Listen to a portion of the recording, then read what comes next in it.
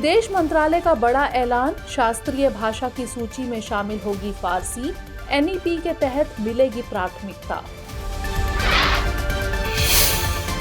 AI के कारण खतरे में है 40% जॉब्स, आईएमएफ ने जारी की रिपोर्ट, विकसित देश होंगे अधिक प्रभावित।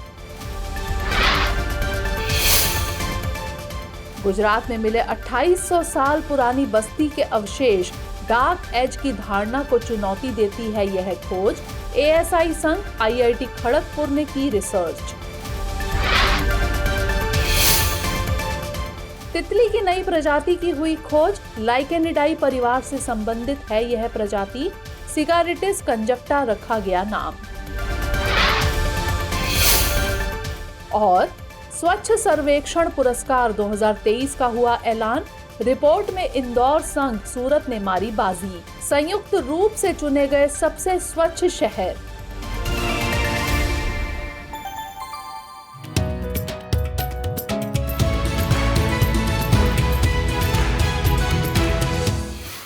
हाल ही में विदेश मंत्रालय ने कहा कि फारसी भारत की 9 शास्त्रीय भाषाओं में शामिल होगी।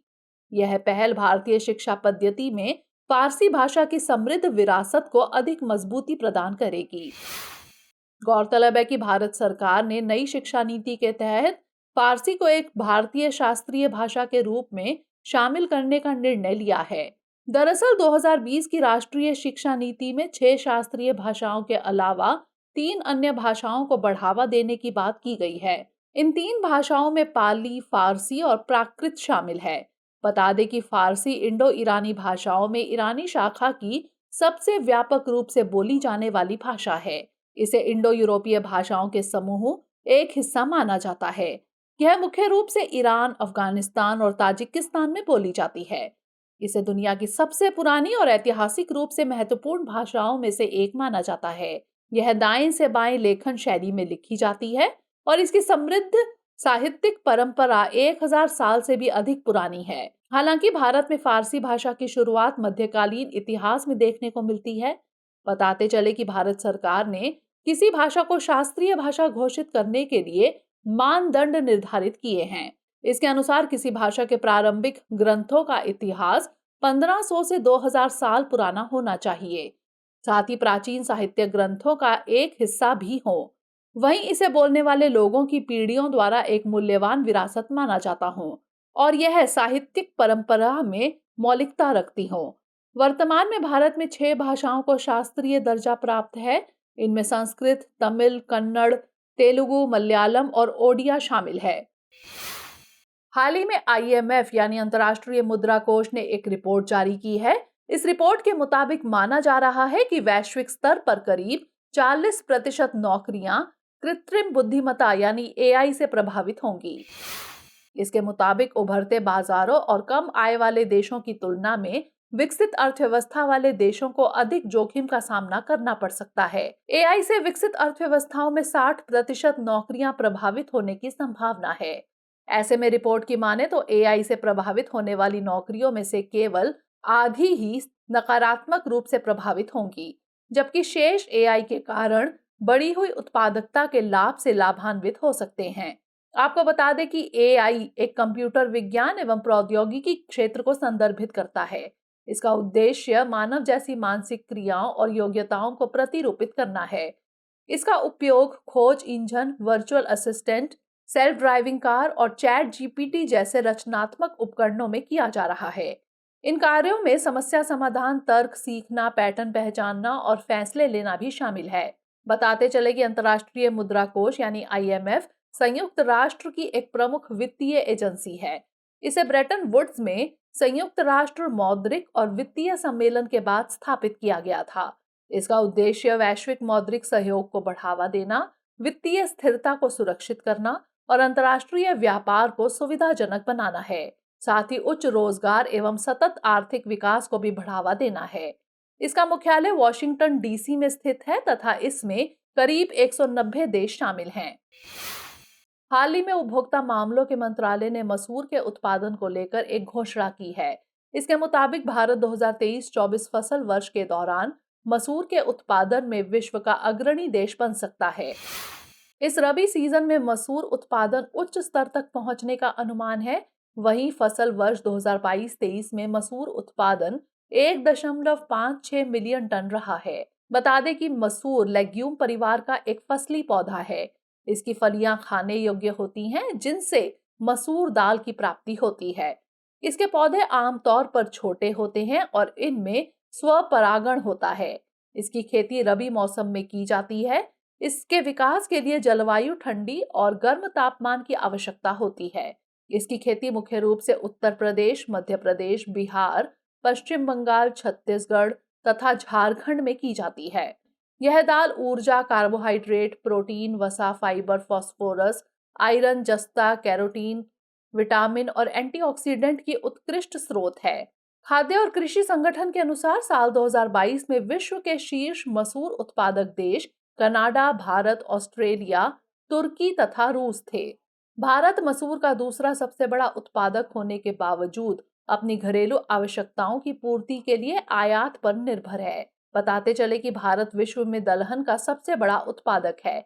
भारत में खाद्यान्न के अंतर्गत आने वाले क्षेत्र में दालों की हिस्सेदारी लगभग 20% है, जबकि देश में कुल खाद्यान्न उत्पादन में इसका योगदान करीब 7 से 10% है।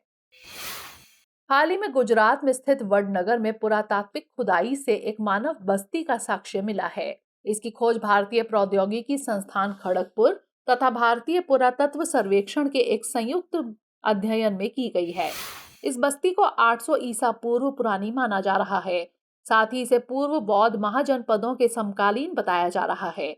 अध्ययन की माने तो हड़प्पा सभ्यता के पतन के बाद सांस्कृतिक निरंतरता का यह पुरातात्विक साक्ष्य डार्क एज की धारणा को चुनौती देता है। बता दें कि वडनगर भारत में गुजरात राज्य के मेहसाणा जिले में एक शहर और नगर पालिका है। इसे एक बहुसांस्कृतिक और बहुधार्मिक बस्ती के रूप में वर्णित किया गया है, जिसमें बौद्ध, हिंदू, जैन तथा इस्लामी प्रभाव शामिल है। वडनगर में उत्खनन से 7 सांस्कृतिक चरणों का पता चला है, जिनमें मौर्य, इंडो ग्रीक, इंडोसीथियन, हिंदू सोलंकी सल्तनत, मुगल एवं गायकवाड़ ब्रिटिश औपनिवेशिक शासन शामिल है। इसी दौरान विभिन्न पुरातात्विक कलाकृतियों की भी खोज की गई है। साथ ही यहाँ इंडो ग्रीक शासनकाल की जटिल रूप से डिजाइन की गई चूड़ियां तथा सिक्कों के सांचे भी प्राप्त हुए हैं। वहीं इसकी महत्वपूर्ण खोजों में सबसे पुराने बौद्ध मठों में से एक की पुष्टि भी शामिल है, जो इस बस्ती की ऐतिहासिक एवं सांस्कृतिक समृद्धि को दर्शाता है। जानकारी के लिए बता दें कि भारतीय पुरातत्व सर्वेक्षण यानी ASI संस्कृति मंत्रालय का एक निकाय है। यह सांस्कृतिक विरासत के पुरातात्विक अनुसंधान और संरक्षण के लिए एक प्रमुख संगठन है। इसकी स्थापना साल 1861 में ASI के पहले महानिदेशक अलेक्जेंडर कनिंघम ने की थी और इन्हें ही भारतीय पुरातत्व का जनक माना जाता है। ASI का मुख्य कार्य राष्ट्रीय महत्व के प्राचीन स्मारकों, पुरातत्वीय स्थलों और अवशेषों का रखरखाव करना है। यह प्राचीन स्मारक एवं पुरातत्व स्थल और अवशेष अधिनियम 1958 के प्रावधानों के अनुसार देश में सभी पुरातात्विक गतिविधियों को विनियमित करता है। यह पुरावशेष तथा बहुमूल्य कलाकृति अधिनियम 1972 को भी नियंत्रित करता है। हाल ही में ONGC यानी तेल और प्राकृतिक गैस निगम ने महानदी बेसिन ब्लॉक में 2 प्राकृतिक गैस भंडारों की खोज की है। ये खोजें उस खास क्षेत्र में की गई हैं जिसे पहले राष्ट्रीय सुरक्षा हितों के चलते नो गो क्षेत्र घोषित किया गया था। दरअसल यह क्षेत्र मिसाइल परीक्षण या उपग्रह प्रक्षेपण मार्ग पर था। इसके चलते इसे नो गो क्षेत्र घोषित किया गया था। साल 2022 में सरकार ने करीब 98% से अधिक नो गो क्षेत्रों पर से प्रतिबंध हटा दिए, जिसके बाद ऊर्जा कंपनियों को तेल और गैस खोजने के लिए जहाज और ड्रिल शिप भेजने की अनुमति प्रदान की गई। गौरतलब है कि इस खोज से भारत की ऊर्जा क्षमता में प्राकृतिक गैस की हिस्सेदारी को बढ़ावा मिलेगा, जिसे मौजूदा 6.3% से बढ़ाकर 2030 तक 15% करने का लक्ष्य निर्धारित किया है। बता दें कि महानदी बेसिन देश का 8वां सबसे बड़ा नदी बेसिन है, जो देश के कुल भौगोलिक क्षेत्र का करीब 4.28% है। यह उत्तर में मध्य भारत की पहाड़ियों, दक्षिण एवं पूर्व में पूर्वी घाट तथा पश्चिम में मैकाल पर्वतमाला से घिरा हुआ है। इसे भौगोलिक दृष्टि से 4 क्षेत्रों में विभाजित किया गया है, जिसमें उत्तरी पठार, पूर्वी घाट, तटीय मैदान और केंद्रीय उच्च भूमि के अपरदनात्मक मैदान शामिल हैं। बताते चले कि महानदी भारत में पूर्व की ओर बहने वाली प्रमुख प्रायद्वीपीय नदियों में से एक है। इसका उद्गम छत्तीसगढ़ की सिहावा पर्वत श्रृंखला से होता है। यह प्रायद्वीपीय नदियों में जल क्षमता की दृष्टि से गोदावरी नदी के बाद दूसरी सबसे बड़ी नदी है। इसकी लंबाई करीब 851 किलोमीटर है। इसकी सहायक नदियां सियोनाथ, हसदेव, मांड ओंग, तेल और जोंक है। इस पर हीराकुंड बांध बनाया गया है, जो दुनिया का सबसे लंबा बांध है। हाल ही में सिक्किम में पहली बार एक दुर्लभ तिब्बती भूरा भालू को देखा गया है। इसे सिक्किम वन विभाग और WWF इंडिया द्वारा स्थापित कैमरे में ट्रैप किया गया है। यह खोज देश की स्तनपायी विविधता में एक नई उपप्रजाति को जोड़ती है। बता दें कि तिब्बती भूरा भालू को तिब्बती नीले भालू के रूप में भी जाना जाता है। इसे दुनिया की भालू की सबसे दुर्लभ उप प्रजातियों में से एक माना जाता है। इसका वैज्ञानिक नाम उर्सस आर्क्टोस क्रुइनोसस है और यह एक सर्वाहारी प्रजाति है और इसके आहार में आमतौर पर मरमोट और अल्पाइन वनस्पतियां शामिल होती हैं। यह भालू तिब्बती पठार की कठोर परिस्थितियों के लिए अपने आप को अनुकूलित कर लेता है। यह अपनी उपस्थिति, आवास और व्यवहार के चलते काले हिमालयी भालू से अलग होता है। तिब्बती भूरा भालू मुख्य रूप से पूर्वी तिब्बत, पश्चिमी चीन, नेपाल और भूटान में अल्पाइन पूर्वी तिब्बती पठार पर पाया जाता है। इसकी सूंघने की क्षमता सुनने और देखने की तुलना में बहुत अधिक तीव्र होती है। इसका जीवन काल 20 से 30 साल का होता है और इसे IUCN लाल सूची में लीस्ट कंसर्न तथा साइट्स की परिशिष्ट 1 के अंतर्गत सूचीबद्ध किया गया है। वहीं इसे वन्यजीव संरक्षण अधिनियम 1972 की अनुसूची 1 के तहत संरक्षण भी प्राप्त है। बताते चले कि WWF इंडिया यानी world wide fund for nature India WWF network का एक स्वायत्त कार्यालय है। इसकी स्थापना साल 1969 में की गई थी। इसकी स्थापना पृथ्वी के प्राकृतिक वातावरण के क्षरण को रोकने और मनुष्य एवं प्रकृति के बीच सामंजस्य बनाने के लिए की गई थी। यह प्रजातियों और उनके प्राकृतिक वासों के संरक्षण, जलवायु परिवर्तन, जल एवं पर्यावरण शिक्षा सहित अन्य कई मुद्दों पर काम करता है। हाल ही में उत्तर कोरिया ने हाइपरसोनिक वारहेड से लैस एक ठोस ईंधन मिसाइल का परीक्षण किया है। इस परीक्षण का मकसद मिसाइल के ठोस ईंधन इंजन की विश्वसनीयता की जांच करना था। साथ ही हाइपरसोनिक हथियार की युद्धाभ्यास उड़ान क्षमताओं की भी पुष्टि करना था। इसे लक्ष्यों की पहचान करने तथा सुदूर स्थित लक्ष्यों को समाप्त करने के लिए डिजाइन किया गया है। बता दें कि हाइपरसोनिक मिसाइल एक हथियार प्रणाली है जो ध्वनि की गति से 5 गुना अधिक गति से उड़ान भरती है। इसकी गतिशीलता इसे एक बैलिस्टिक मिसाइल से अलग करती है, क्योंकि यह बाद में बैलिस्टिक प्रक्षेपवक्र का पालन नहीं करती है। इस प्रकार यह एक इच्छित लक्ष्य को भेदने में सक्षम होती है। हाइपरसोनिक ग्लाइड व्हीकल और हाइपरसोनिक क्रूज मिसाइल इसके 2 प्रकार हैं। दरअसल हाइपरसोनिक ग्लाइड व्हीकल को इच्छित लक्ष्य तक पहुंचाने से पहले रॉकेट से लॉन्च किया जाता है, जबकि हाइपरसोनिक क्रूज मिसाइल अपने लक्ष्य को प्राप्त करने के बाद एयर ब्रीदिंग इंजन द्वारा संचालित होती है। गौरतलब है कि भारत, फ्रांस, जर्मनी, जापान और ऑस्ट्रेलिया भी हाइपरसोनिक मिसाइल विकसित कर रहे हैं। जानकारी के लिए बता दें कि भारत एक स्वदेशी दोहरी क्षमता वाली हाइपरसोनिक क्रूज मिसाइल विकसित कर रहा है। इसे हाइपरसोनिक टेक्नोलॉजी डेमोन्स्ट्रेटर व्हीकल के हिस्से के रूप में विकसित किया जा रहा है। इसका साल 2019 और 2020 में मैक 6 स्क्रैम जेट के साथ सफलतापूर्वक परीक्षण किया था। भारत करीब 12 हाइपरसोनिक विंड टनल का संचालन करता है, जो 13 मैक तक की गति प्राप्त करने में सक्षम है। हाल ही में शोधकर्ताओं ने पश्चिमी घाट में सिल्वर लाइन तितली की एक नई प्रजाति की खोज की है। इसकी खोज पश्चिमी घाट के ब्रह्मगिरी वन्यजीव अभयारण्य में की गई है। शोधकर्ताओं ने तितली के 5 नर और 4 मादा नमूनों की पुष्टि की है। साथ ही इसे लाइकेनिडाई परिवार से संबंधित माना जा रहा है। इस अनोखी प्रजाति को सिगारेटिस कंजक्टा या कॉन्जॉइंट सिल्वर लाइन नाम दिया गया है। बता दें कि कंजॉइंट सिल्वर लाइन तितली की एक प्रजाति है। यह पश्चिमी घाट के मध्य ऊंचाई वाले सदाबहार वनों के लिए स्थानिक है। इसके पंख का ऊपरी हिस्सा काला, जबकि नीचे का भाग नीले रंग का होता है। साथ ही इसके निचले पंखों पर 2 काले धब्बों के साथ एक नारंगी धब्बा भी होता है। हालांकि इसके ऊपरी पंखों के बैंड बिना अलग हुए एक साथ जुड़े हुए होते हैं। भारत में इसकी 16 प्रजातियां पाई जाती हैं। इनमें से 11 प्रायद्वीपीय भारत और श्रीलंका दोनों जगह पाई जाती हैं। बताते चले कि ब्रह्मगिरी वन्यजीव अभयारण्य कर्नाटक के कोडागु जिले में स्थित है। इसका नाम अभयारण्य की सबसे ऊंची चोटी ब्रह्मगिरी पहाड़ी के नाम पर रखा गया है। यहाँ अर्ध सदाबहार से लेकर आर्द्र सदाबहार वनों के साथ घास के मैदानी तटवर्ती वन पाए जाते हैं। यहाँ शीशम, नंदी, मैथी, होन, सुराफोन, सफेद देवदार, लाल देवदार और सालधुपा आदि वनस्पतियां पाई जाती हैं। साथ ही यहाँ बाघ, हाथी और भारतीय गौर जैसे जीव जंतु देखने को मिलते हैं। हाल ही में पेंच टाइगर रिजर्व को डार्क स्काई पार्क के रूप में नामित किया गया है। यह भारत का पहला और एशिया का 5वां डार्क स्काई पार्क है।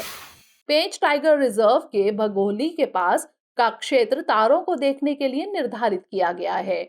आपको बता दें कि डार्क स्काई रिजर्व एक ऐसा क्षेत्र होता है जो आमतौर पर एक पार्क या वेधशाला के आसपास होता है और कृत्रिम प्रकाश प्रदूषण को प्रतिबंधित करता है। डार्क स्काई पार्क का उद्देश्य आमतौर पर खगोल विज्ञान को बढ़ावा देना है। प्लेस सर्टिफिकेशन प्रकाश नीति डार्क स्काई फ्रेंडली रेट्रोफिट्स, आउटरीच और शिक्षा एवं रात के आकाश की निगरानी पर केंद्रित है। International union for conservation of nature यानी IUCN प्राकृतिक, सांस्कृतिक और ऐतिहासिक संसाधन के रूप में रात के आकाश के आंतरिक मूल्य की मान्यता पर जोर देता है।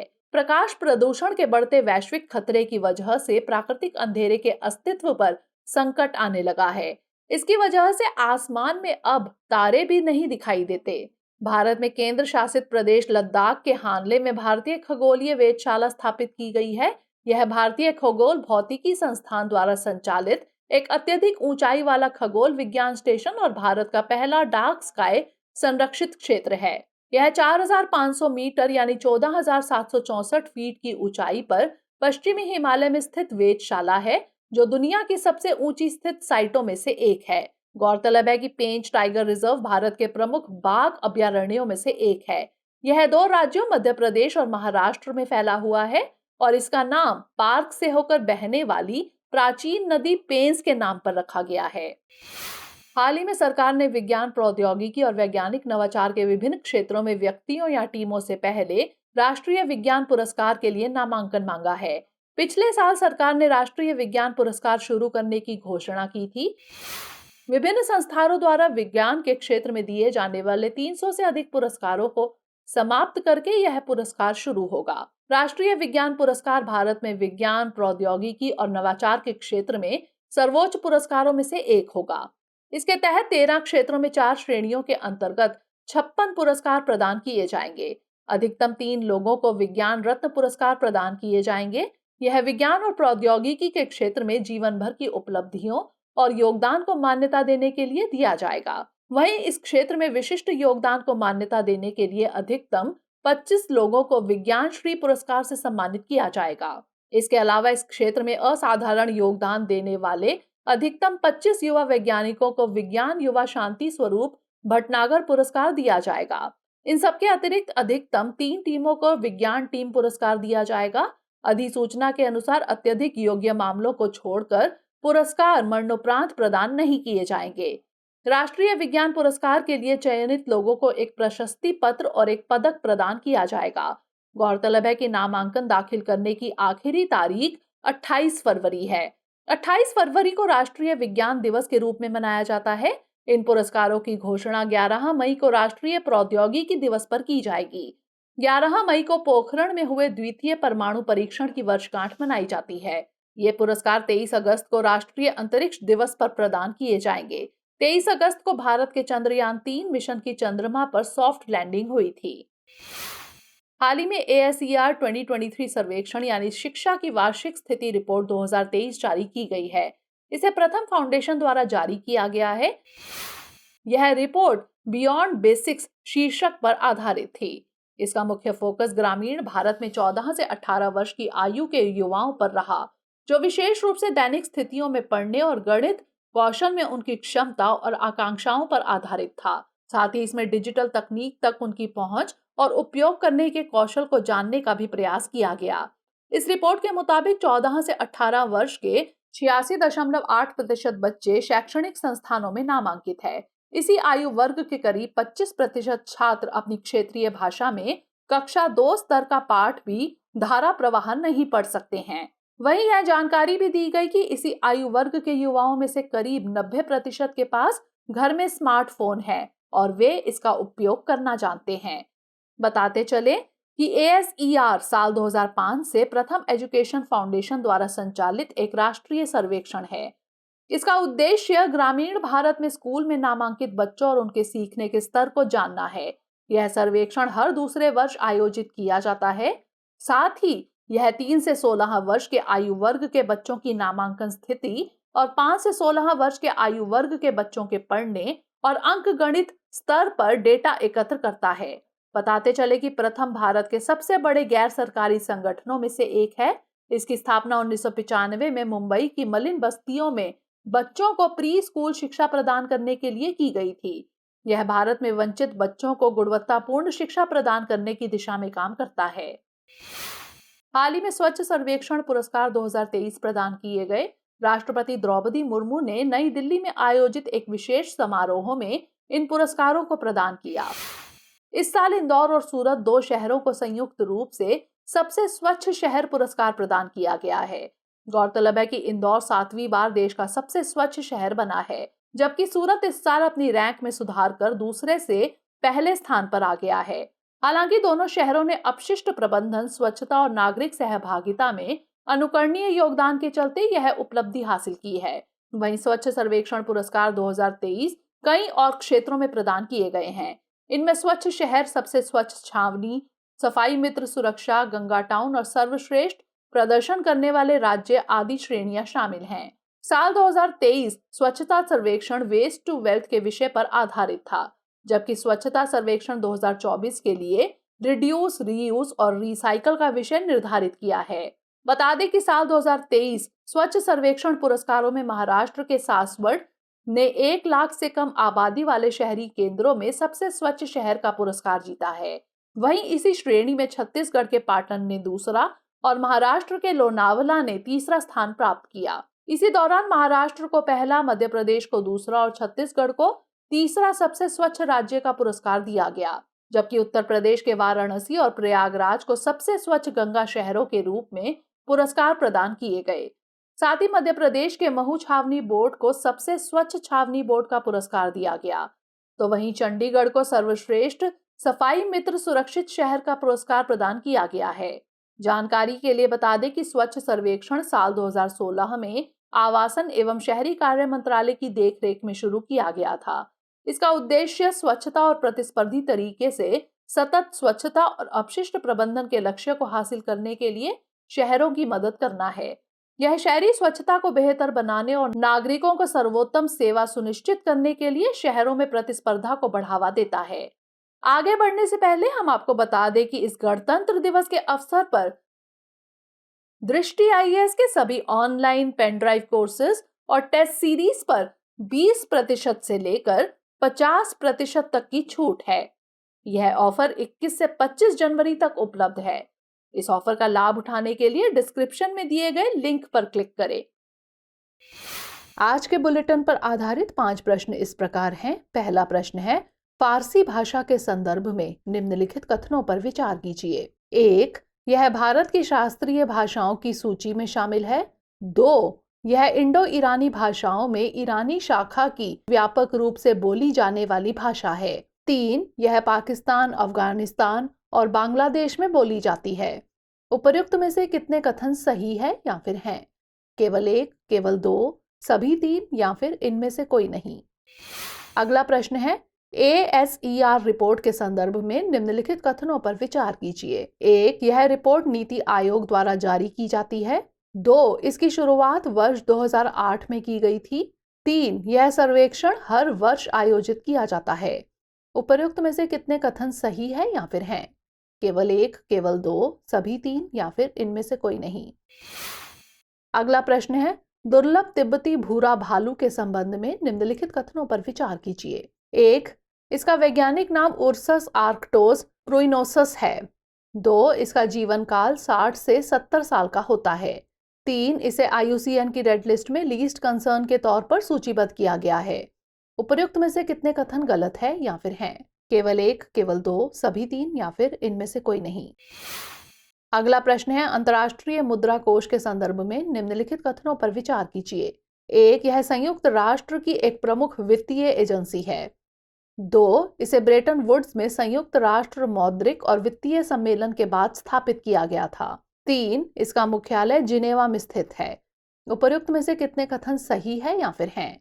केवल 1, केवल 2, सभी 3 या फिर इनमें से कोई नहीं। अंतिम प्रश्न है, कंजॉइंट सिल्वर लाइन के संदर्भ में निम्नलिखित कथनों पर विचार कीजिए। 1, यह छिपकली की एक प्रजाति है। 2, इसकी खोज उत्तर पूर्व भारत में की गई है। 3, यह प्रजाति भारत और म्यांमार में पाई जाती है। उपर्युक्त में से कितने कथन गलत है या फिर हैं? केवल 1, केवल 2, सभी 3 या फिर इनमें से कोई नहीं। लेकिन चलते चलते डालते हैं कुछ छोटी मगर जरूरी खबरों पर एक नजर। हाल ही में विश्व स्वास्थ्य संगठन ने काबो वर्डे को देश के रूप में प्रमाणित किया है।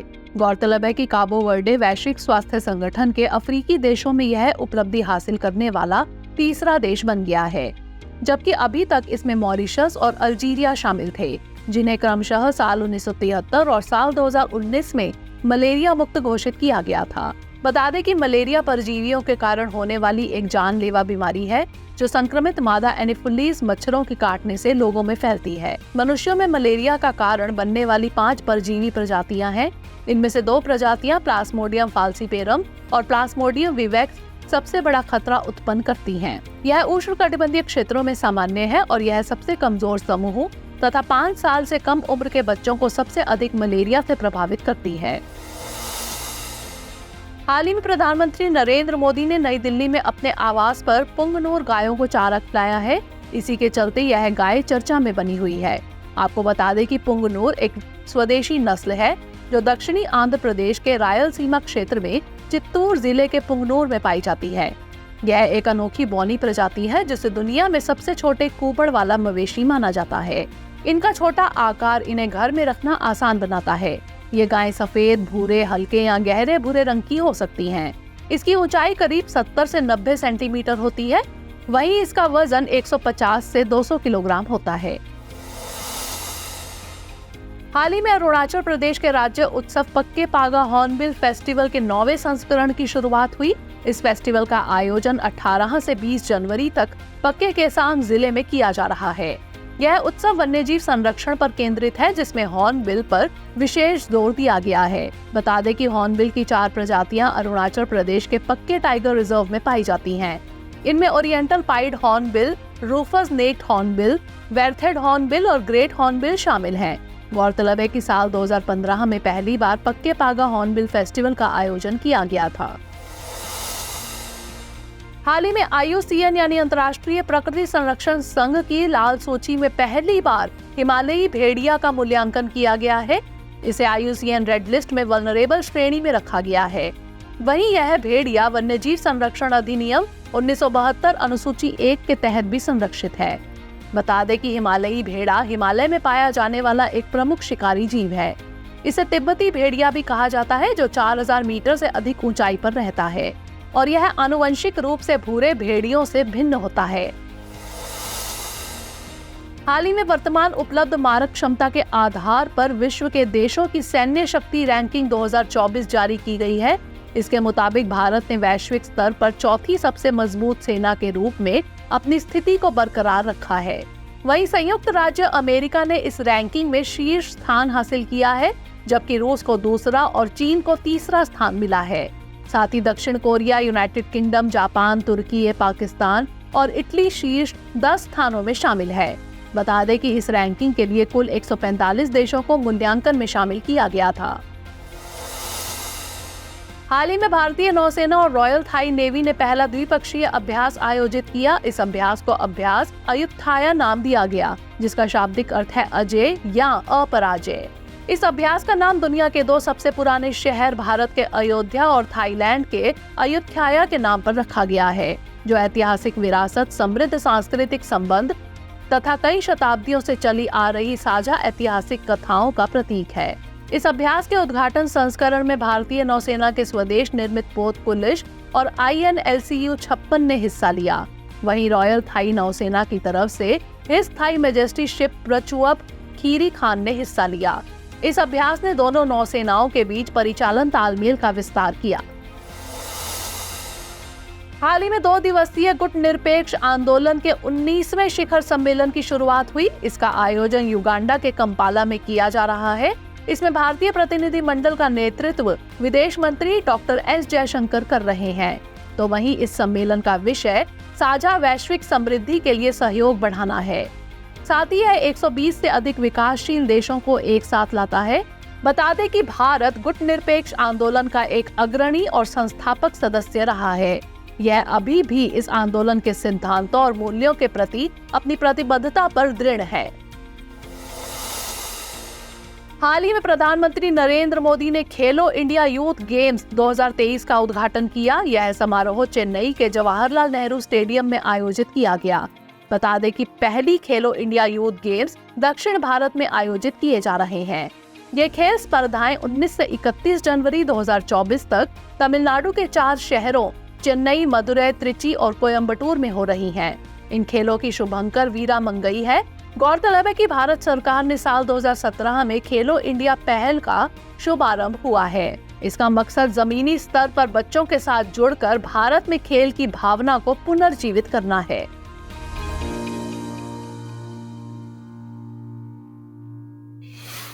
प्रिय व्यूअर्स, हमारी टीम कोशिश करती है कि आपको दी गई खबरों में एक भी गलती ना हो, लेकिन यदि किसी सोर्स या ह्यूमन एरर की वजह से ऐसी गलती हो जाती है तो इस वीडियो के कमेंट बॉक्स में उस गलती को सुधार कर पिन कर दिया जाता है। यह आपको कमेंट बॉक्स में सबसे ऊपर दिखाई देता है। डियर व्यूअर्स, अपने एग्जाम की तैयारी को और बेहतर करने के लिए हमारे चैनल को लाइक, शेयर और सब्सक्राइब करना न भूलें।